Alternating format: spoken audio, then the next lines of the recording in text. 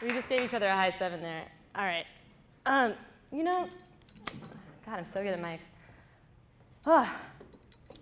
This is my dream, actually, is to wear like a mic and have mom pants and clip the mic onto the mom pants. So I was getting off the queue last week at the Church Avenue stop, and I hear this clunk, and I look beside me, and there's a cell phone just lying on the ground. And so my entire body goes into danger mode, and I immediately jump to like wedge myself between the potential closing doors. And you know that scene in Batman where he's like, "Where is she?" I was just kind of like, "Whose phone is this?" And I'm pretty sure there were like pigeons flying from a building like 3 miles away. And obviously it was the phone of the man sitting right next to the door, who just kind of casually like picked it up, put it back in his pocket. I think his ear was bleeding a little bit. So I had thoroughly embarrassed myself, was sweating, and was walking out the train when I heard someone else laughing in front of me, and I was like, what is it now? And the guy who got off the train in front of me just turned around and said, "You're such a good Samaritan." And I was like, hey, like how did he know I went to Bible camp? So I was raised Christian, if you couldn't tell by now. We used to like do races to see who could look up the Bible verse in the Bible the fastest. That was good.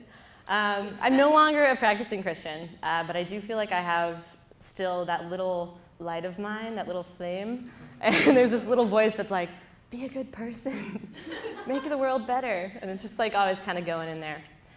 So obviously I like surrounding myself with people who are also generally nice people who are trying to make the world a better place.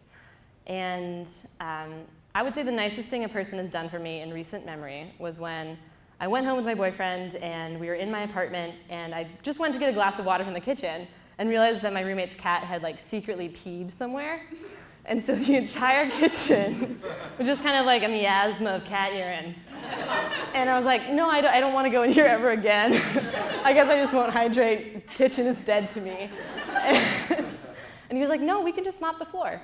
And so he pulled out our dusty mop and bucket and literally scrubbed down our floor using a mixture of water and bleach.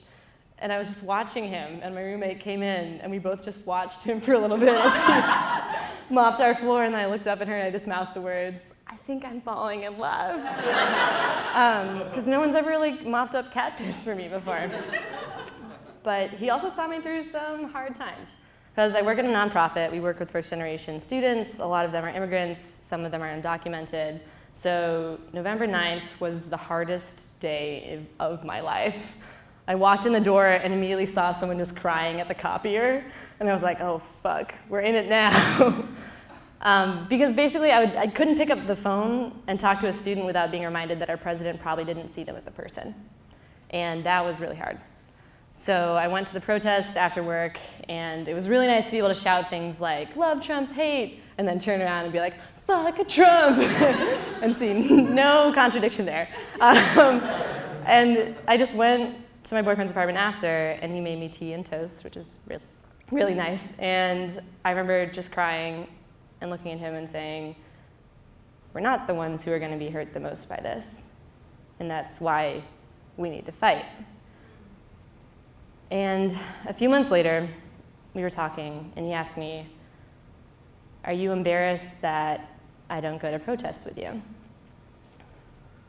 And I said, no, but I wish you wanted to go. And he said, if you're looking for someone who cares about people as much as you do, that's probably going to be someone else. And I said, I think I want that.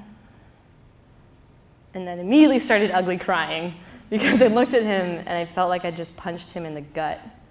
And I never wanted to make anyone feel that way ever again.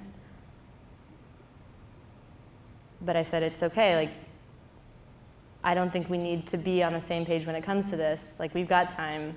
All that matters is that we're good to each other, because that's what a relationship is. It's two people.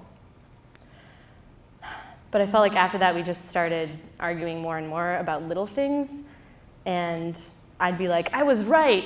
pH is measured on a logarithmic scale. And he'd be like, really, really important shit. And he was like, I was right. Green tea does have caffeine.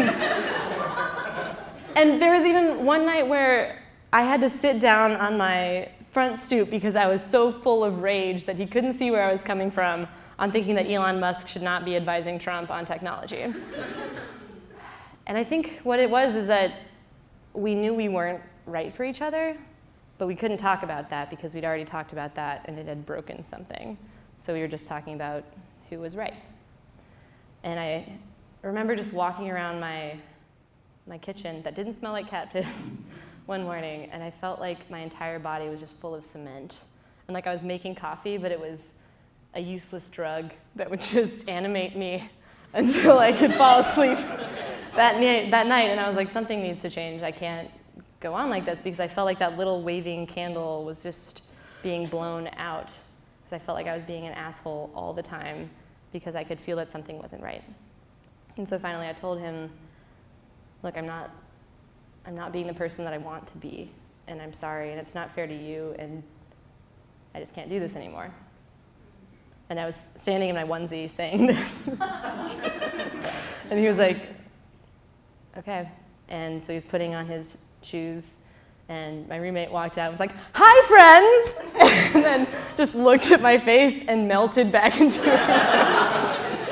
I'm just really glad she witnessed everything. But then he said, can I hug you? And I was like, yeah. So we hugged goodbye, and that was it. And that was hard because he was someone I really cared about, and it was the first person I'd cared about a lot in a while. But I think what I realized is that even if I can't be with one person, I need to be with people. And the night that Trump signed the Muslim ban, I was sitting on my couch alone in Indiana because I was at home and I was going to speak to my high school the next day.